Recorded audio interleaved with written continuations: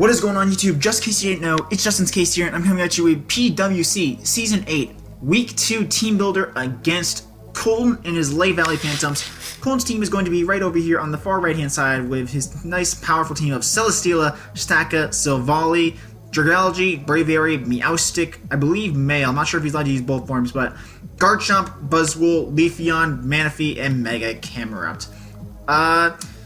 Very interesting team. It's really bulky, which is kind of annoying to deal with, but it is kind of interesting how I feel like it relies really heavily on Trick Room. The speed tiers aren't too great, honestly. Like, he has Manaphy and Garchomp around 100, and then the rest is pretty much heavy Trick Room. So I'm expecting heavy Trick Room to come to this game personally. I don't think his speed matches up well against mine, because I do have fast threats like Rabombi, like Cobalion, and a lot of things that just naturally outspeed the vast majority of his team. So I'm expecting Trick Room.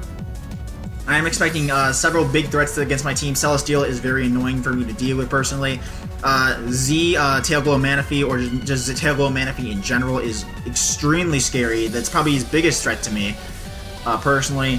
Mega Camerupt can be annoying to deal with its just massive attack power, and then Staka is just a really good offensive threat as well. So that's what I'm going into my T-building right now. I gotta make sure to have stuff to play around in Trick Room with. I have to be sure to have checks to Manaphy, to Steela, and to Mega Camerupt, as well as Staka. So a lot of it, which the good news is, a lot of it's pretty much all share the same weaknesses, so I can kind of kill a bunch of birds in one stone. So anyways, let's go into what I'm bringing this week, and jumping right into it, number one up here is going to be Arcanine, and as you see, yes, it's another Berry Arcanine. Wait.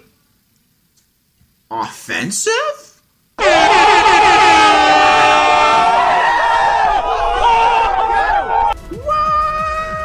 When does Justin bring offensive Arcanine? And I am bringing it this week, specifically for one purpose, and that is Mega Camerupt.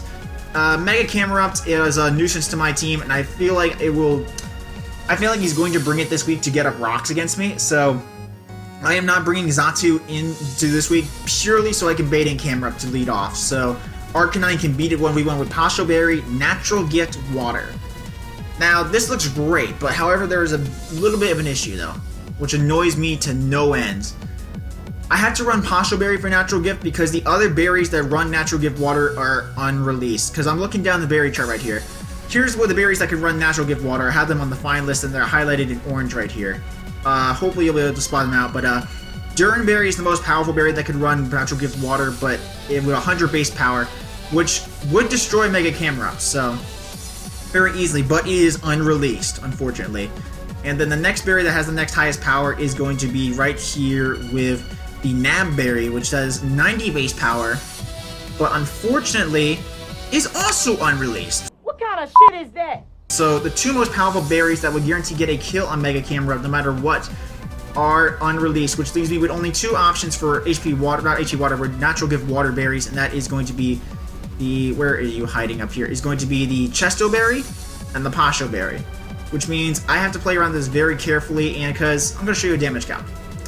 Arcanine Natural Gift Water does 98% to Mega Camerupt max HP, which means it has a sliver of a chance to live if it's max HP, and if it's any kind of defensive investment, or if it's heavily defense investment, it can live that.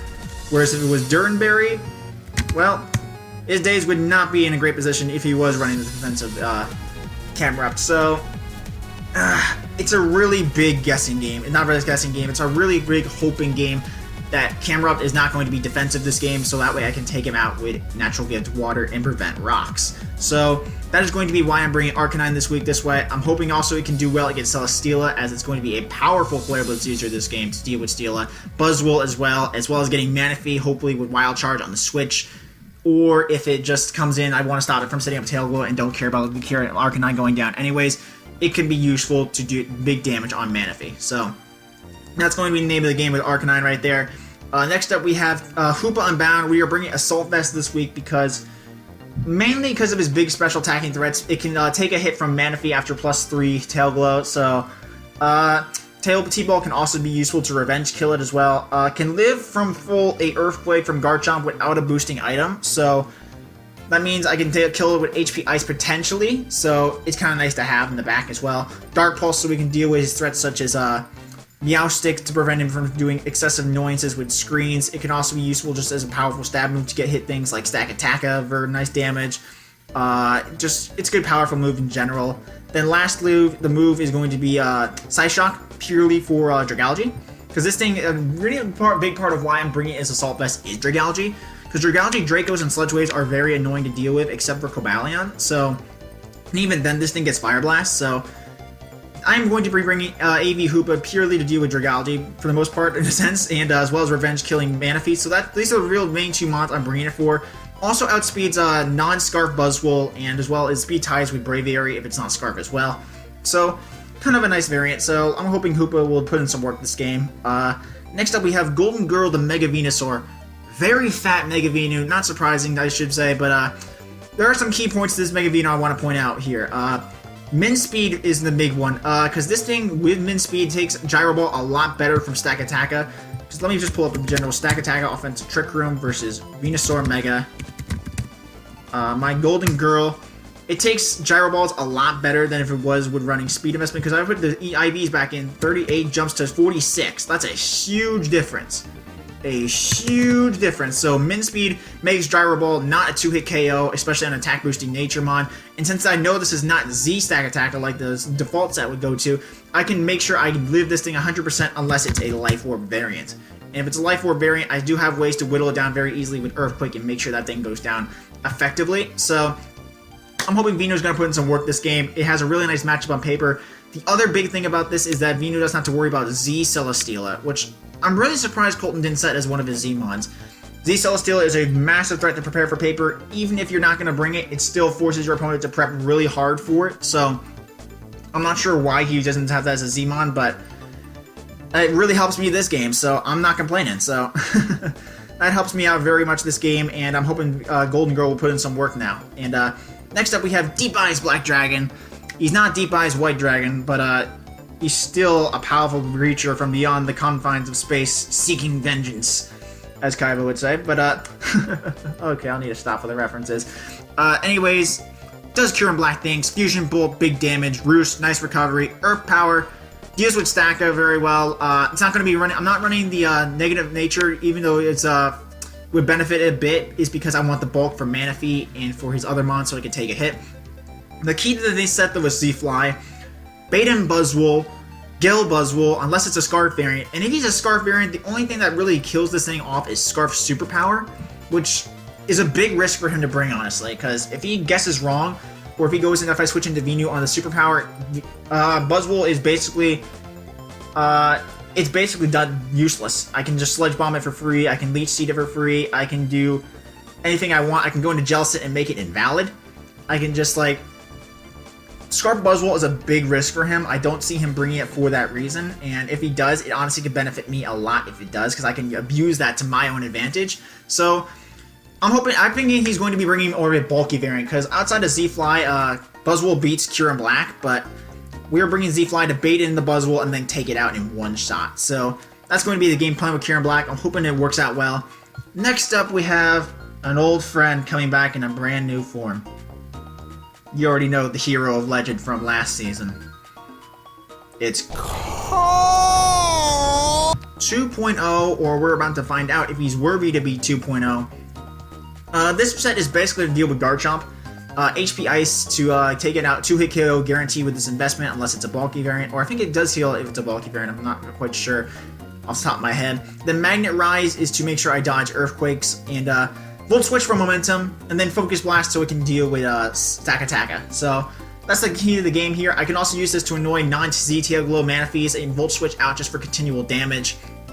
And just be momentum annoying, so another way to possibly get by Manaphy if I don't have good switch-ins left for it, and if it's not Z Tail Glow. So Carl has several options to work with there. So that's going to be the game plan with I'll keep calling it Carl now, Cobalion, so hopefully he'll put in some nice work there. Wanted to bring Rocks, but I felt Magnet Rise was better, so we'll see how this works out here. And then lastly, we have a man who's up for redemption, Jellicent.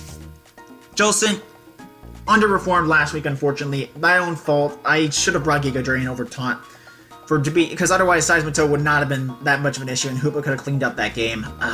Still mad about that other misclick though, but that's honestly the bigger factor in this game. So we're not making the mistake this week. Giga Drain is for the Manaphy, so we can guarantee get by Manaphy even if it's a bulkier variant, so it doesn't have a subset, so we can get by it.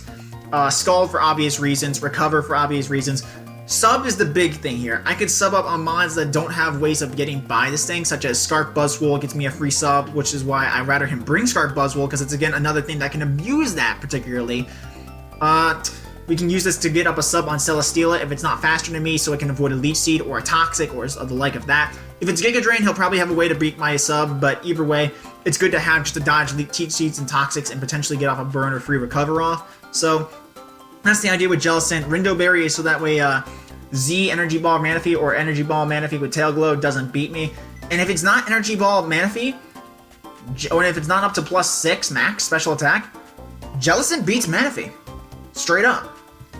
Like, I was really surprised looking through calcs with this thing. Like, Jellicent actually beats Manaphy if it's not Energy Ball.